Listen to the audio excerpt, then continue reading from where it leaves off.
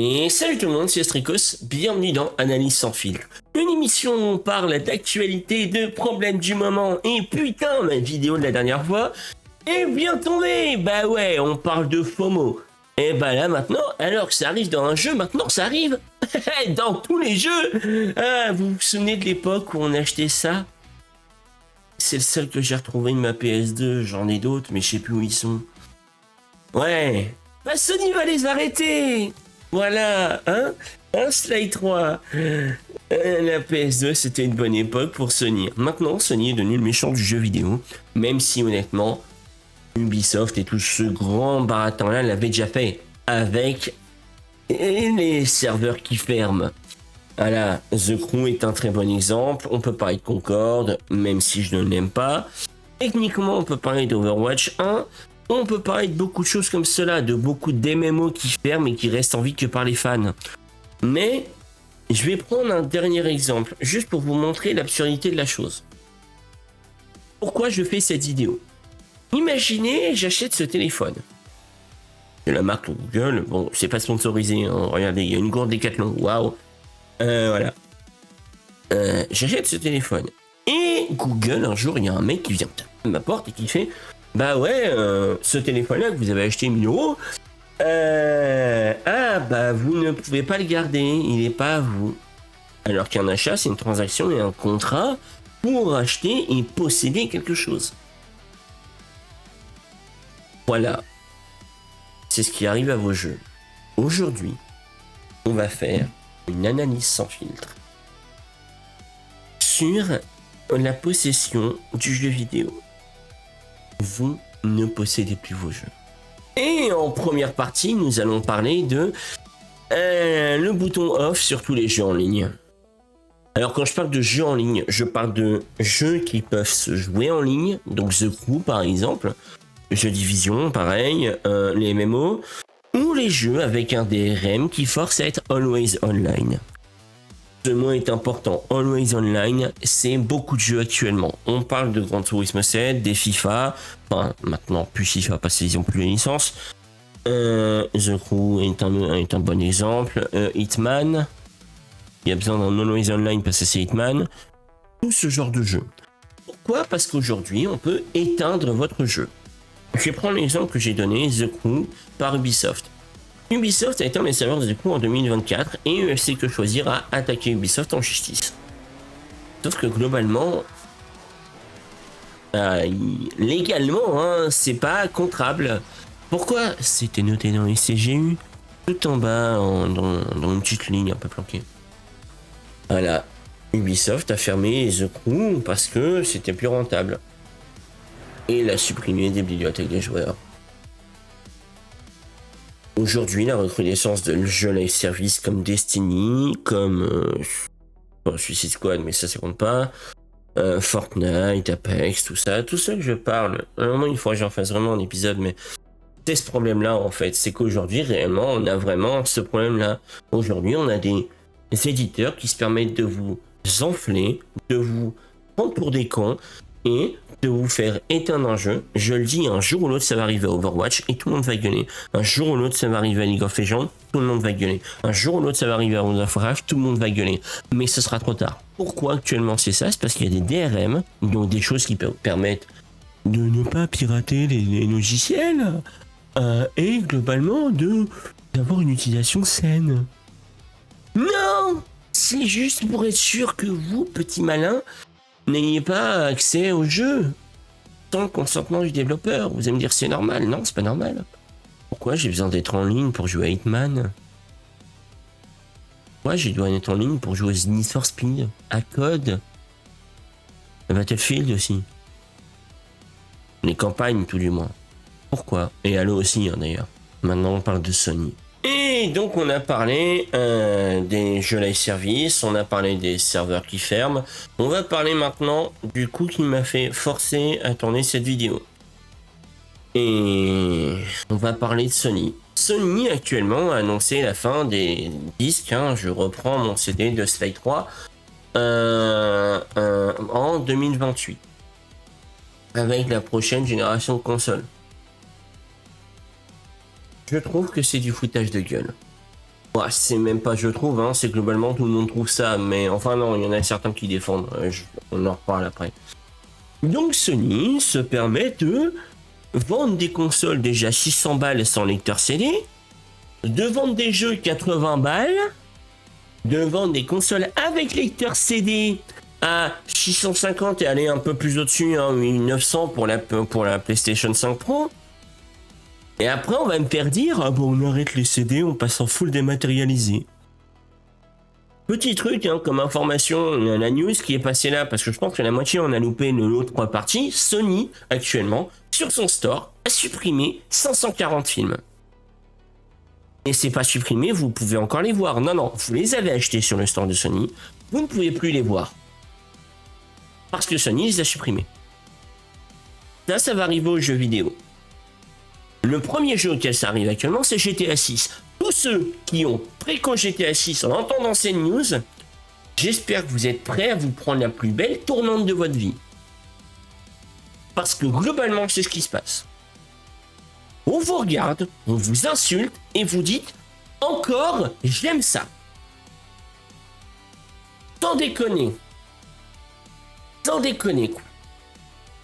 Là, actuellement, en fait, aujourd'hui, hein, on vous fait miroiter des très belles choses, hein, voilà. Et après, on va dire que, bah ouais, mais c'est pour le bien des joueurs. Niquez vos races, Sony, c'est juste pour avoir le monopole à coup sûr, pour ne plus avoir de marché d'occasion. Parce que le marché d'occasion vous fait chier. Vous gagnez aucun prix là-dessus, donc c'est sûr. C'est quel niveau d'enfoiré? Sans déconner. C'est quel niveau de bassesse? Actuellement, vous prenez vos clients pour des cons. Je suis désolé de le dire, mais Sony actuellement a fait l'erreur majeure et Microsoft et Nintendo vont suivre. Ils vont tous suivre. Déjà, ça s'est arrêté sur PC, alors notamment à cause de Steam. Mais c'est autre chose. Notamment sur PC, aujourd'hui, c'est plus compliqué d'avoir de l'occasion parce que c'est globalement impossible même. En fait, c'est même pas plus compliqué. Mais on a tous gueulé contre ça. Et Sony, enfin Steam, pardon, excusez-moi, j'ai envie de taper Sony, voilà. Mais là, je vais pas encenser Sony, je vais encenser Steam. Steam permet de prêter certains jeux à ses potes. Ce qui est plutôt cool. Globalement. C'est sympathique. Mais, bah, Sony, non, ça sera un code d'activation. Si ça nous plaît pas, le jeu, hein, vous l'avez payé 80 balles. Au revoir. Il est là le problème aujourd'hui. Aujourd'hui, on vous prend pour des cons. Et c'est magistral. J'espère que ce que fait Sony là va pas être une nouvelle vague de « Ah bah voilà, on gueule !»